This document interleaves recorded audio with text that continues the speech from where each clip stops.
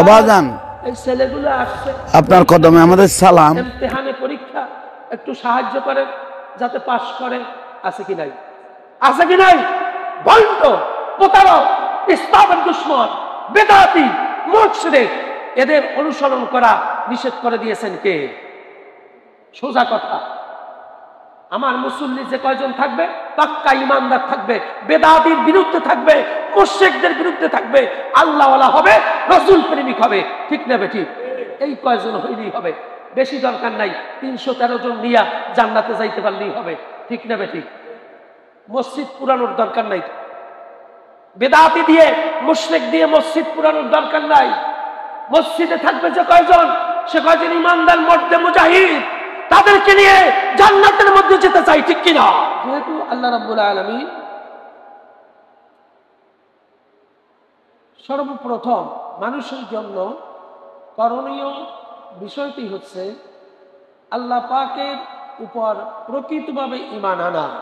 দ্বিতীয়ত যে বিষয়টি হচ্ছে সেটি হচ্ছে আল্লাহ রসুল সাল্লাল্লাহু আলাইহি ওয়াসাল্লামের দেখানো দ্বীন, দেখানো ধর্ম, দেখানো পথ, দেখানো সিরাতাল মুস্তাকিম, রাস্তা, সোজা রাস্তাকে অবলম্বন করে নিজেকে সেই রাস্তার উপর উঠিয়ে আল্লাহর সান্নিধ্য লাভের উদ্দেশ্যে মকসিদুল মঞ্জিলের দিকে এগিয়ে যাওয়া।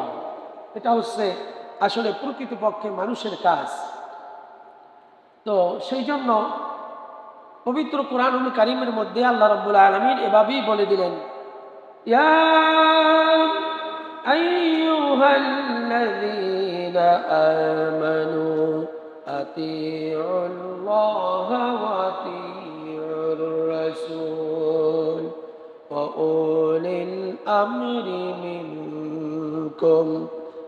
আল্লাহ রাব্বুল আলামিন পবিত্র কোরআনুল কারীমের মধ্যে তিনি বললেন, হে ঈমানদারগণ, হে বিশ্বাসীগণ, হে মুমিনগণ, তোমরা আনুগত্য করো আল্লাহ রাব্বুল আলামিনের এবং ইত্তেবা অনুসরণ করো আমার রাসূল মুহাম্মদ সাল্লাল্লাহু আলাইহি ওয়াসাল্লামের এবং তাদের যারা তোমাদের মধ্যে ক্ষমতার অধিকারী রয়েছে, অর্থাৎ নবী এবং রাসূলদের অনুসরণ করে যারা চলছে, তাদের মধ্যে যারা আছে তাদের পায়রবি করা, তাদের অনুসরণ করা, এই হুকুমটি আমাদের উপর জারি করে দিয়েছেন কে? আওয়াজ দিয়ে বলি কে? আল্লাহ।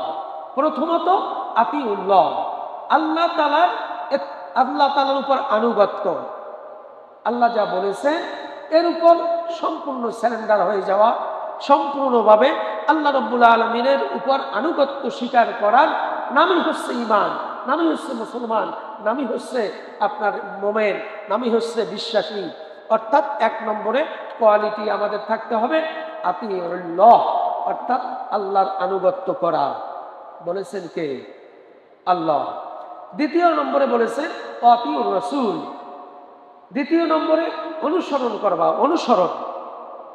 একটা হচ্ছে আনুগত্য আর একটা হচ্ছে অনুসরণ করা। অনুসরণ করবা আতিউর রাসূল, তোমার রসুলের, তোমার নবীর। তোমার নবী, তোমরা যেহেতু আখিরি উম্মত, তোমাদের নবীও আখিরি নবী। ঠিক না বেঠিক? সুতরাং অন্য কোন নবীর নয়, তোমার নবীর, তোমার আখিরি নবীর উম্মতের অনুসরণ করা তোমাদের জন্য আল্লাহর হুকুম। এটা মানলে পরে তোমার ঈমান থাকবে, তুমি বিশ্বাসী হতে পারবে, তুমি মুমিন হতে পারবে, তুমি আল্লাহ পাকের প্রিয় বান্দা হতে পারবে, তুই খাঁটি রাসূল সাল্লাল্লাহু আলাইহি ওয়াসাল্লামের উম্মত বলতে পারবে। বলুন না সুবহানাল্লাহ। এরপরে আউলিল আমরি মিনকুম, যারা আল্লাহ এবং আল্লাহর রাসূলের আনুগত্য স্বীকার করেছে, অনুসরণ, আল্লাহর রাসূলের ইত্তেবা এবং অনুসরণ করেছে, তাদের পথে যারা চলে, এই সমস্ত পীর বুজুর্গ, ওলি আউলিয়া এবং আপনার ওলামা হযরত যারা আছে, তাদের পদাঙ্ক অনুসরণ করার কথা বলে দিয়েছেন কে? আমার আল্লাহ। এখন এখানে এই ৩ নম্বরে এসে আমরা কিন্তু বেশি হুসুট খেয়ে যাই। কোন আউলিয়ার পথ অনুসরণ করব, কোন অলির পথ অনুসরণ করব, কোন বুজুর্গের পথ অনুসরণ করব, কোন আলেমের পথ অনুসরণ করব, সেটা কিন্তু কোরআনুল কারীমের মধ্যে স্পষ্ট করে বলে দিয়েছেন।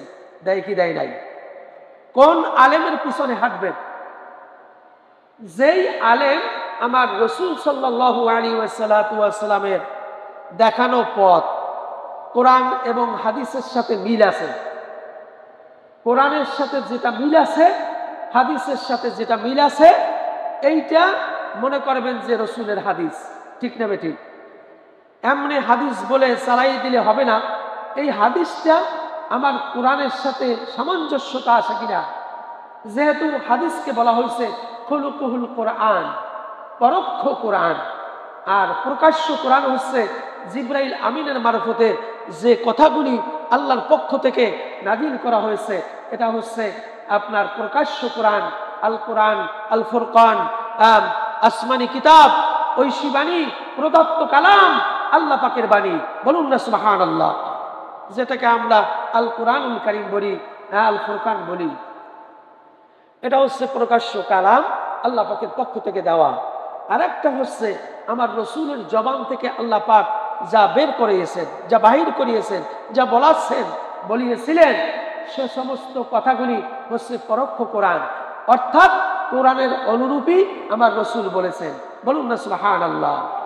এখন আপনি কোন আলেমের অনুসরণ করবেন সেটা দেখতে হবে কোরআনের সাথে ওই আলেমের, আমার রাসূলের যে হাদিসটা বলতেছে ওই হাদিসটা কোরআনের সাথে সামঞ্জস্যতা আছে কি নাই। যদি থাকে তাহলে ওই আলেমকে অনুসরণ করার কথা বলেছেন কে? আওয়াজ দিয়ে বলেন কে? এখন কোরআনের মধ্যে আমরা গান বাজনা এই সমস্ত কোনো কিছু, ডোল চাকি, তারপর নাচানাচি, আমরা কোরআনের মধ্যে কোথাও আমরা পাই নাই। কেউ কেউ হাদিস দিয়া বললে এটা আমরা হাদিস হিসাবে মানবো না, এটা জাল হাদিস এবং এটা ভণ্ড প্রতারকরা, মিথ্যাবাদীরা আমার আল্লাহকে দোষারোপ করার জন্য এই আল্লাহর বাণী উপেক্ষা করে আরেকটা কথা তারা রাসূলের হাদিস নামে লাগিয়ে দিয়েছে, যেটা হিন্দু, বৌদ্ধ, খ্রিস্টান তারা আমল করে। ঠিক না বেটি? ডোল চাকি বাজায় কারা? আওয়াজ দিয়ে বলেন, ডোল চাকি বাজায় কারা? কথা বোঝা যায় না মনে হয়। ডোল চাকি এগুলা বাজায় কারা? আওয়াজ কমাই দেন তো, বোঝা যাচ্ছে না মনে হয়। মজা সাহেব দনগা এদিক ওদিক চলে যায়, কি অবস্থা? আওয়াজ কমান। ঢোল, ঢোল বুঝেন? তবলা, হারমোনি, বাজনা, এগুলা বাজায় কারা? পূজা আশ্রমে বাজায় কারা? মূর্তির সামনে বাজায় কারা? নাচানাচি করে কারা? এই কথাটা বুঝাতে চাচ্ছি। অউলিল আমরি মিনকুম, আতিউল্লাহ ওয়া আতিউর রাসূল অউলিল আমরি মিনকুম। তিনটা কথা এখানে বলেছেন। আল্লাহর আনুগত্য করা, রাসূলের অনুসরণ করা, আর হক্কানি রব্বানি ওলামায়ে কেরাম যারা আছে তাদের পদাঙ্ক অনুসরণ করা, তারা যে পথে যাচ্ছে সেই পথে চলা। তিনটা কথা বলে দিয়েছেন কে? আমার আল্লাহ। এখন এই তিনটা কথার মধ্যে শেষ কথার মধ্যে কোন আলেমের অনুসরণ করব, কথা হচ্ছে এটা। ঠিক না বেঠিক? ওই আলেমের অনুসরণ করবে যেই আলেম আল্লাহর কোরআনের মধ্যে যা আছে, হাদিস হিসাবে যা বলে, কোরআনের সামঞ্জস্যতা, কোরআনের সাথে মিল আছে, ওই আলেমের কথা মানবো কি মানবো না? মানবো কি মানবো না? ওই আলেমের কথা আমরা মানবো যেই আলেম হিন্দুদের রীতি এবং নীতি, হিন্দুরাও ঢোল বাজায় আমিও ঢোল বাজাই, হিন্দুরাও চাকি বাজায় আমিও চাকি বাজাই, হিন্দুরাও হারমোনিয়াম বাজায় আমিও হারমোনিয়াম বাজাই, হিন্দুরাও বাঁশি ফুকায় আমিও বাঁশি ফুকাই, হিন্দুরা পূজা করে মূর্তির সামনে আমিও কবরের সামনে পূজা করি। আছে কি নাই? আছে কি নাই? হিন্দুরা কবরের মধ্যে গিয়ে, হিন্দুরা আপনার মূর্তির সামনে গিয়ে তারপর সেখানে নাচানাচি করে। আছে কি নাই? আর কিছু মুসলমান নামদারি তারা কবরের মধ্যে সামনে যাইয়া ডোল চাকি পিটায়, নাচানাচি করে কি করে না? আওয়াজ দিয়ে বলেন, করে কি করে না? আউলিল আমরি মিনকুম, ও মুসলমান জেনে রাখো, আউলিল আমরি মিনকুম, ওইটার কথাই বলা হচ্ছে। আল্লাহর আনুগত্য, রাসূলের ইত্তেবা, অনুসরণ করার মধ্য দিয়ে যে হাদিসগুলি আসবে সেই হাদিস অনুযায়ী, কমান, সেই হাদিস অনুযায়ী যে আলেমরা পদঙ্ক অনুসরণ করে তারা চলে, ওই আলেমদের অনুসরণ করার কথা বলেছেন কে? আমার আল্লাহ। আর যারা নাচানাচি করে, ডোলচাকি বাজায়, গান গায়, কবরে গিয়ে পূজা দেয়, সেজদা দেয়, কবরের মধ্যে মজলিস করে, বছরে একবার বড় করে একবার ডোলচাকি পিটায়, আর বড় রকমের আপনার জুলুস করে। এই রকমের জুলুস শব্দটা আবার অন্যদিকে নিয়েন না, মানে কি বলে এটাকে, অনুষ্ঠান করে। অনুষ্ঠান করে এই ধরনের যত রকমের আনুষ্ঠানিকতার মধ্য দিয়ে ইবাদত যারা মনে করে, তারা উলিল আমরি মিনকুম এর মধ্যে নেই, বরং তারা হচ্ছে শয়তানের দোসর। ইসলাম বিপরীত মুখী একটা অবস্থান করার মধ্য দিয়ে শয়তানের পদঙ্ক অনুসরণ করছে। আওয়াজ দিয়ে বলি নাউজুবিল্লাহ। ঠিক না বেঠিক? এই কথাটাই আমি বুঝাতে চাচ্ছি। এরপরে আল্লাহ রাব্বুল আলামিন যেহেতু এই অবস্থা যদি চলতে থাকে, তাহলে কিয়ামতের আগেই বিশৃঙ্খলা এমনভাবে সৃষ্টি হয়ে যাবে, কোরআন এবং হাদিস যদি না মানা হয়, আমার রাসূলের অনুসরণ যদি না করা হয়, তাহলে এমন অবস্থা সৃষ্টি হয়ে যাবে যেই অবস্থার মধ্য দিয়ে আমাদের ছেলে সন্তান যুবকদেরকে আর ফিরানো যাবে না। ঠিক না বেঠিক? ফিরানো যাবে না। দেখবেন এই মাজারপন্থী, এই পূজাপন্থী যারা আছে, প্রত্যেকটা গাঁজা টানে, প্রত্যেকটা মদ টানে, প্রত্যেকটা সিগারেট টানে। ঠিক না বেঠিক? হয়তো হুজুর আমি তো খাই না, আমি আমার বাবার দরবারে যাইয়া সেজদা দিই শুধু। আছে কি নাই? গাঁজা খাও না ঠিক আছে, কিন্তু তুমি যে সেজদা দাও, সেজদা যে দেছো, তুমি তো কাফের হয়ে গেছো। কি হয়ে গেছো? কাফের হয়ে গেছো। আসজুদু মা সাজিদিন, সেজদাকারীদের সাথে সেজদা করতে বলছেন মসজিদে গিয়ে কে? আরকাউ মার রাকিন, যারা রুকু করে নামাজের মধ্যে, তাদের সাথে রুকু করতে বলেছেন কে?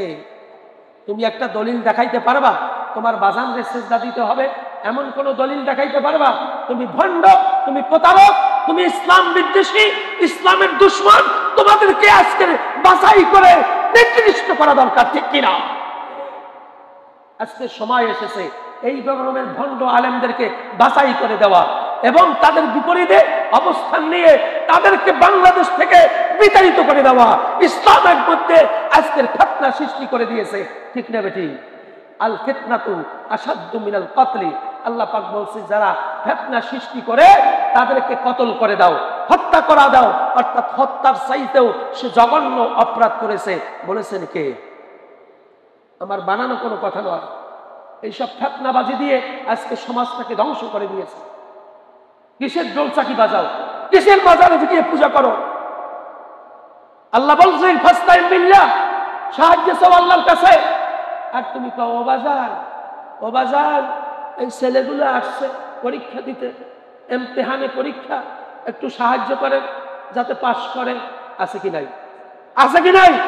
ভণ্ড, প্রতারক, ইসলামের দুশমন, বেদাতি, মুশরিক, এদের অনুসরণ করা নিষেধ করে দিয়েছেন কে? সোজা কথা। আমার মুসল্লি যে কয়জন থাকবে, পাক্কা ইমানদার থাকবে, বেদাতির বিরুদ্ধে থাকবে, মুশরিকদের বিরুদ্ধে থাকবে, আল্লাহওয়ালা হবে, রাসূল প্রেমিক হবে। ঠিক না বেটি? এই কয়জন হইলেই হবে, বেশি দরকার নাই। 313 জন নিয়া জান্নাতে যাইতে পারলেই হবে। ঠিক না বেটি? মসজিদ পুরানোর দরকার নাই। বেদাতি দিয়ে, মুশরিক দিয়ে মসজিদ পুরানোর দরকার নাই। মসজিদে থাকবে যে কয়জন, সে কয়জন ইমানদার মর্দে মুজাহিদ, তাদেরকে নিয়ে জান্নাতের মধ্যে যেতে চাই। ঠিক কিনা? যেহেতু আজকের সমাজ ধ্বংসের দিকে চলে যাচ্ছে, বেলুয়ার দিঘি বেশি দূরে, বেশি দূরে। বেলুয়ার দিঘি কত দূর? বেলুয়ার দিঘির আরো উত্তর পাশে এই আপনার লাকি হোটেল মোড়, মাকে কুপিয়ে হত্যা করছে। খবর জানেন? খবর জানেন? মাকে কুপিয়ে হত্যা করছে গত পরশুদিন। ঠিক কইলাম না ব্যাঠিক কইলাম? কিসের কারণে? মদ খায়, গাঁজা খায়, মায়ের কাছে টাকা চাইছে, মা টাকা দেয় নাই, তারপর দা দিয়ে, বডি দিয়ে মাকে কুপিয়ে জাগাত হত্যা করে ফেলছে। আছে কি নাই? ঘটনা সত্য না মিথ্যা? এখান থেকে হাইটে গেলে 2 মিনিট লাগে। তাহলে তোমার সন্তানগুলি কোথায় যাচ্ছে? যে মাজারে যায়, ও মাজারে তো গাঁজা টানে, ও মাজারে তো মদ টানে, ও মাজারে তো সিগারেট টানে, ওরা তো গাঁজা খোর, ওরা তো মদ খোর। কেন তুমি ওদিকে পাঠাচ্ছ তোমার সন্তানদেরকে? যেখানে যাইয়া ইবাদতের নামে তোমার সন্তানদেরকে পাঠাও, শবে বারাতের রাত্রে, কদরের রাত্রে গাড়ি ভাড়া করি, মাজারে গিয়ে সেজদা দাও আর ইবাদতের উদ্দেশ্যে সেদিকে যাও। ওখানে গিয়ে দেখো না তারা গাঁজা কিভাবে টানে? আমরা তো দেখেছি পিছনের আসরের মধ্যে গাঁজা টাইনা চিতই পড়ি রইছে, আছে কি নাই? একটা কথাও মিথ্যা বলি না, সব সত্য কথা বলি। এই গাঁজাটি মওদুদি, এরা ইসলামের দুশমন, ইসলামকে বিতর্কিত করেছে, এরা ফিতনা সৃষ্টি করেছে। ঠিক না বেঠিক? তোমার সন্তানদেরকেও এখনো সময় আছে, ওই মদ মাজার থেকে ফিরিয়ে আনো, মসজিদ মুখী করো, মাজার মুখী করিও না। গাঁজাটি হবে, মদুদি হবে, তারপর সিগারেট খোর হবে, তোমার সন্তান বিপদের দিকে যাবে। যাবে কি যাবে না? ফিরে আসতে হবে কোথায়? মসজিদে। কোথায়? মসজিদে। ইন্নামা ইয়ামুরু মাসাজিদাল্লাহি মান আমানা বিল্লাহি ওয়াল ইয়াউমিল আখির। যারা ঈমানদার তারা মসজিদকেই আবাদ করে। বলেছে দিয়েছেন কে? আখিরাতের উপর যারা বিশ্বাস আছে, পরকালের উপর যারা বিশ্বাস করেছে, তারা মসজিদকে আবাদ করে, মাজারকে নয়। ঠিক কি না? মাজারকে নয়। একটা দলিলও দেখাইতে পারবে। ভণ্ড প্রতারকরা আজকের মাজারমুখী হয়ে যাচ্ছে।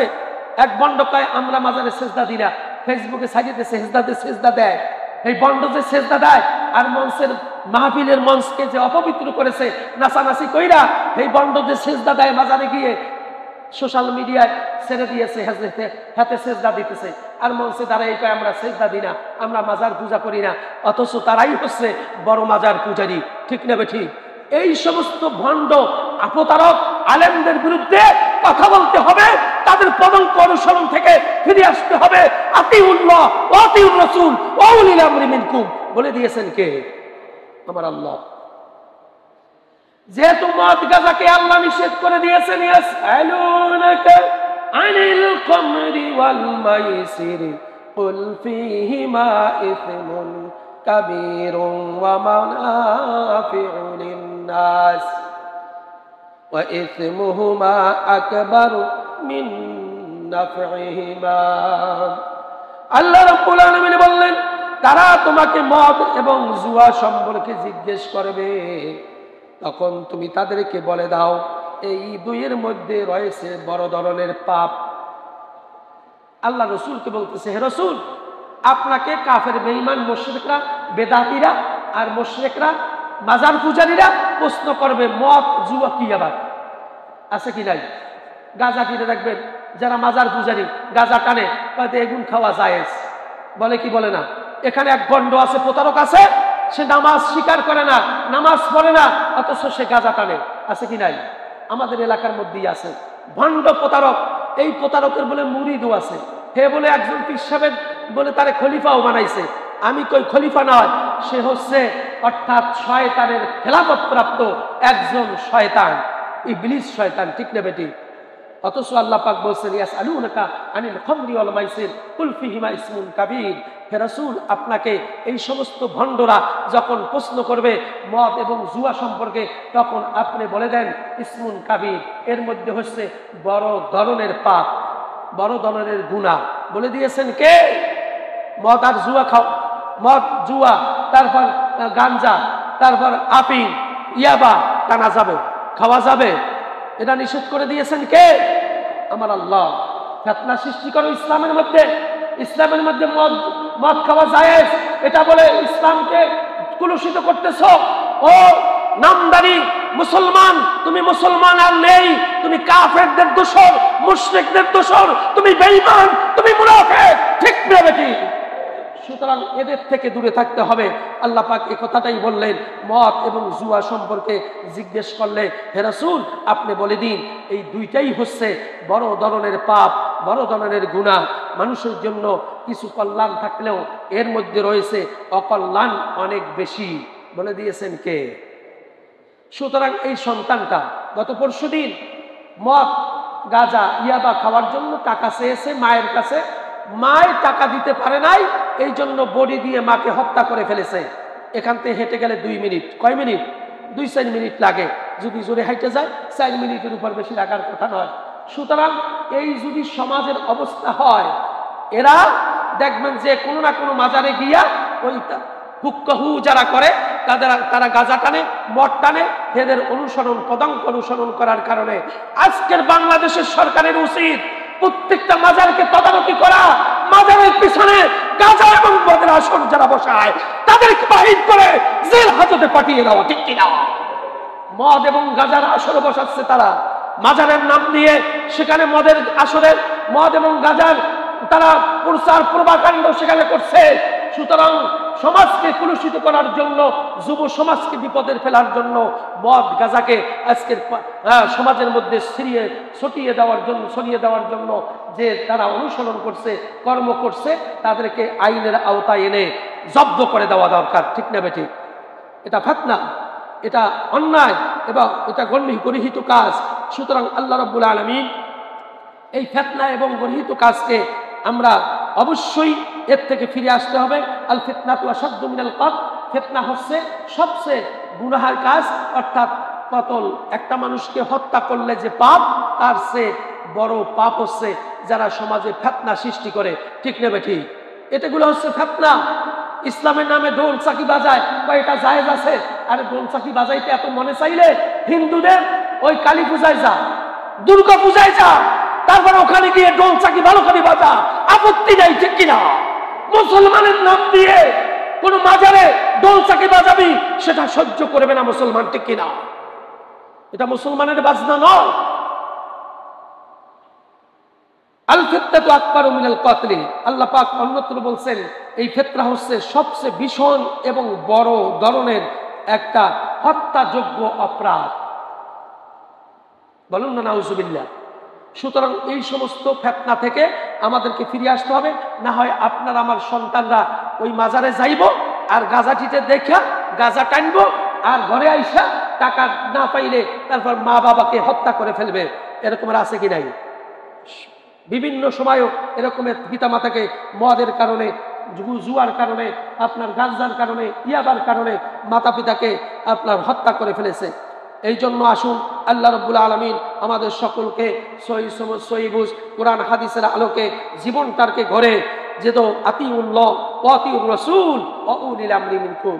প্রথম কথা যেটাই আল্লাহ বলেছেন যে আল্লাহ রাব্বুল আলামিন এক কথাই বলেছেন, কোরআন তো পড়ে না। এই মানুষগুলো কোরআন তো পড়ে না, যার কারণে বিপদের দিকে তারা সম্মুখীন হচ্ছে। কোরআন যদি পড়তো তাহলে কোরআন পড়লে কোরআনের মধ্যে কি লেখা আছে সব কিছু জানতে পারতো, ঠিক না বেঠিক? ঠিক না বেঠিক? সুতরাং কোরআন না পড়ার কারণে আজকের আমরা বিপদের দিকে ঠেলে যাচ্ছি। কে যা যা বলে সেদিকে চলছি। আসলে কোরআন যে এটা অনুমতি নাই সেটার দিকে ভ্রুক্ষেপ আমরা করছি না। এই জন্য আল্লাহ পাক, আমি প্রায় সময় বলি ইকরা বিসমি রাব্বিকাল্লাযী খলাক, সর্বপ্রথম এই আয়াতটা দেওয়ার উদ্দেশ্য কি? উদ্দেশ্য হচ্ছে আমি এক কিতাব পাঠাইতেছি, এই কিতাবটা তোমরা বেশি করে পড়ো, তোমার প্রভুর নামে, যিনি তোমাকে সৃষ্টি করেছেন। তোমাকে জানতে হবে আমার স্রষ্টা আল্লাহ, আর আল্লাহ যেটা পাঠিয়েছেন সেটা হচ্ছে পড়ার কিতাব, সেটা তাকিয়ায় রাখার কিতাব নয়। বেশি বেশি পড়তে হবে বলে দিয়েছেন কে? আমার আল্লাহ। এই জন্য কোরআন বেশি পড়ুন, কোরআনের আমল করুন, এবং হাদিস, কোরআনের সাথে যে সামঞ্জস্য হাদিস আছে সেগুলো হচ্ছে সহিহ হাদিস। আর হাদিস নামে যদি কোরআনের সাথে মিল না থাকে তাহলে সেটা হচ্ছে বন্ড হাদিস, জাল হাদিস, প্রতারকি হাদিস। এই হাদিস আমরা মানি না, সোজা কথা। আল্লাহ পাক আমাদের সকলকে সহিহ বুঝ কোরআন হাদিসের আলোকে জীবনটাকে গড়ে রাসূল খোদা সাল্লাল্লাহু আলাইহি ওয়াসাল্লামের সিরাতুল মুস্তাকিমের পথে উঠে আমরা যেন রাসূল প্রেমিক হতে পারি, সেই তৌফিক আমাদেরকে দান করুন। আওয়াজ দিয়ে বলি আমিন।